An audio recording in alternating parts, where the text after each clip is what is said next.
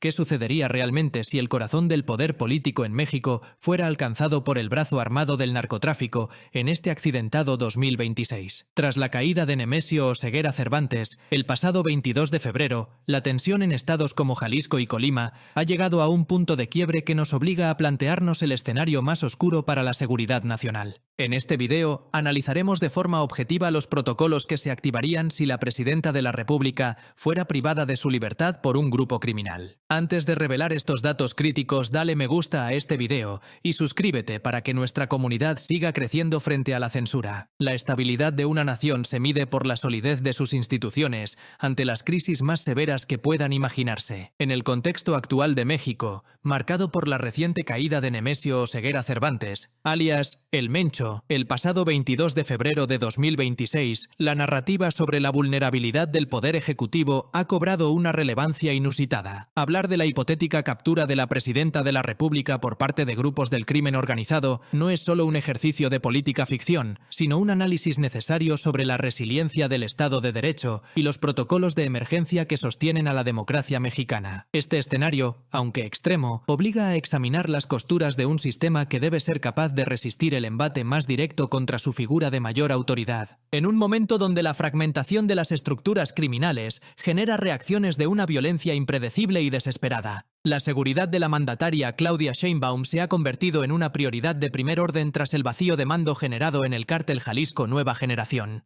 Este evento ha desatado una ola de violencia que contabiliza ya más de 58 fallecidos en estados como Jalisco y Colima, obligando al despliegue de 2.500 efectivos adicionales del ejército. La caída de un liderazgo tan consolidado como el de Oseguera Cervantes suele ir acompañada de una balcanización de sus células remanentes, las cuales, en un intento por demostrar vigencia o forzar negociaciones imposibles, podrían considerar objetivos de alto valor político. En este clima de incertidumbre, es imperativo comprender que el Estado mexicano cuenta con mecanismos diseñados específicamente para evitar que la privación de la libertad de un alto funcionario se traduzca en el colapso de la gobernabilidad nacional, asegurando que la estructura del país sea siempre superior a la de sus ocupantes temporales. El primer impacto de una situación de esta magnitud sería de carácter jurídico y sucesorio, activando de forma inmediata lo dispuesto en la Constitución Política de los Estados Unidos Mexicanos. El artículo 84 constitucional es la brújula legal que dicta el camino a seguir cuando el titular del Ejecutivo se ve impedido para ejercer sus funciones, ya sea de forma temporal o definitiva.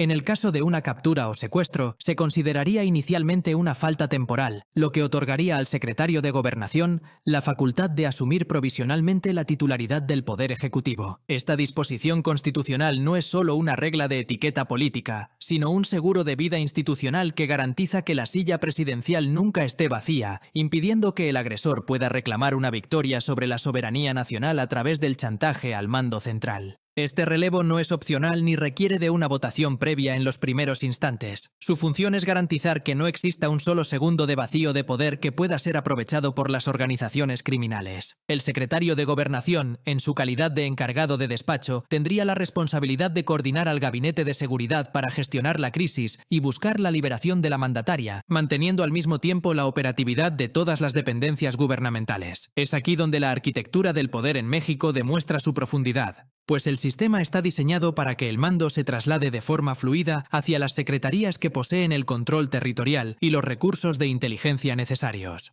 Si la ausencia se prolongara más allá de 60 días, el Congreso de la Unión debería intervenir para nombrar a un presidente interino o sustituto, asegurando que la soberanía nacional permanezca intacta bajo un liderazgo legitimado por el voto indirecto de los representantes del pueblo. Más allá de la sucesión legal, el aspecto operativo es donde se libraría la verdadera batalla por la estabilidad. México dispone de un plan de continuidad de operaciones del gobierno, un protocolo de seguridad nacional diseñado para que las funciones esenciales del Estado no se detengan ante desastres o ataques directos a sus líderes. Este plan establece líneas de mando claras, sedes alternas de gobierno y sistemas de comunicación encriptados que permiten a las Fuerzas Armadas y a la Guardia Nacional operar bajo una estructura de mando unificada. Este protocolo contempla incluso la posibilidad de que la Ciudad de México sea escenario de un conflicto, designando ubicaciones estratégicas fuera de la capital desde las cuales el gabinete podría dirigir las operaciones de rescate y mantener la paz interna sin interrupciones burocráticas. En el momento en que que se confirmara una amenaza directa contra la integridad de la presidenta, se activaría el máximo nivel de alerta en la Agenda Nacional de Riesgos. La Ley de Seguridad Nacional clasifica este tipo de actos como amenazas a la integridad, estabilidad y permanencia del Estado mexicano. En consecuencia, se suspenderían las actividades públicas no esenciales y el Gabinete de Seguridad, liderado por la Secretaría de la Defensa Nacional y la Secretaría de Marina, tomaría el control total de las operaciones tácticas en el territorio afectado, priorizando el restablecimiento del orden público y la neutralización de los captores. La respuesta militar ante una afrenta de este calibre sería, por definición, total y contundente, utilizando todos los recursos de inteligencia satelital y de campo para acercar a los responsables antes de que pudieran consolidar cualquier posición de ventaja mediática o territorial. Mientras profundizamos en los artículos constitucionales que protegen nuestra democracia, es vital que nos ayudes a difundir este análisis veraz en un mar de noticias falsas. Te pido que en este momento hagas clic en el botón de compartir y envíes este enlace a tus grupos de confianza para que nadie sea víctima de la desinformación que impera hoy. Si valoras el esfuerzo de investigar lo que otros callan, suscríbete y activa la campana para que YouTube te avise cada vez que subamos una actualización urgente sobre la crisis de seguridad. Déjanos un comentario con la palabra soberanía para saber que eres de los que buscan la verdad por encima del miedo. Un suceso de tal gravedad vendría acompañado inevitablemente de una crisis de pánico social y una avalancha de noticias falsas que buscarían erosionar la confianza ciudadana. Como se observó tras la muerte de El Mencho, la proliferación de videos manipulados y rumores sobre el paradero de los altos mandos puede ser tan dañina como la violencia física. El Estado mexicano se enfrentaría al reto de mantener una comunicación oficial transparente y constante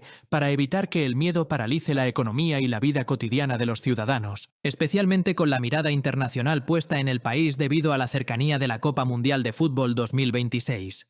La desinformación, en este contexto, actúa como un multiplicador de fuerzas para el crimen organizado, por lo que la vocería del gobierno provisional debería emitir reportes en tiempo real para desmentir la narrativa de un Estado derrotado y mantener la calma en los mercados financieros internacionales. La narrativa de un Estado capturado es la principal herramienta de guerra psicológica del narcotráfico, pero la realidad operativa es distinta. Sin embargo, la historia y la estructura actual de las instituciones mexicanas sugieren que, aunque el golpe simbólico sería devastador, el aparato burocrático y militar posee la inercia suficiente para continuar operando. La captura de un presidente no detiene el funcionamiento de los tribunales.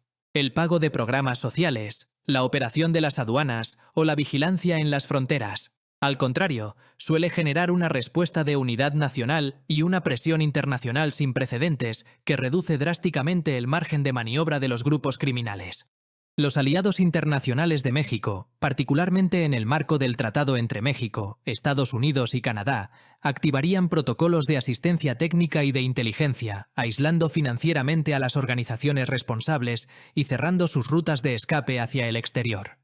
La posibilidad de que el crimen organizado capture a la presidenta de México representa el escenario de riesgo más alto para la seguridad nacional, pero no el fin del Estado. El orden constitucional, los protocolos de continuidad y la capacidad de respuesta de las Fuerzas Armadas forman una red de seguridad que protege la figura presidencial y la gobernabilidad del país. En este 2026, la fortaleza de México reside en su capacidad para transformar una crisis de esta magnitud en una reafirmación de su soberanía y en un recordatorio de que las instituciones están por encima de cualquier individuo o grupo delictivo. La resiliencia mexicana ha sido probada en múltiples ocasiones y la institucionalización del poder garantiza que, incluso frente al ataque más audaz del narcotráfico, el Estado mexicano posee los anticuerpos necesarios para prevalecer y restaurar el orden constitucional en todo el territorio nacional. A medida que el país avanza en este siglo XXI, la lección fundamental es que el poder ejecutivo no reside únicamente en una persona, sino en el respeto colectivo a las leyes y en la lealtad de quienes juraron defender la patria. Un ataque a la presidenta sería interpretado no como una victoria contra un partido político, sino como una agresión directa contra cada ciudadano que deposita su confianza en el sistema democrático. Por ello, la respuesta del Estado no se limitaría a una acción de rescate, sino a una reestructuración total de las estrategias de seguridad que, impulsada por la indignación nacional, buscaría erradicar de raíz la capacidad operativa de los cárteles. Al final, el derecho y la justicia mexicana encontrarían la forma de imponerse, demostrando que la democracia es una construcción sólida que no se desmorona por la ambición criminal de unos pocos.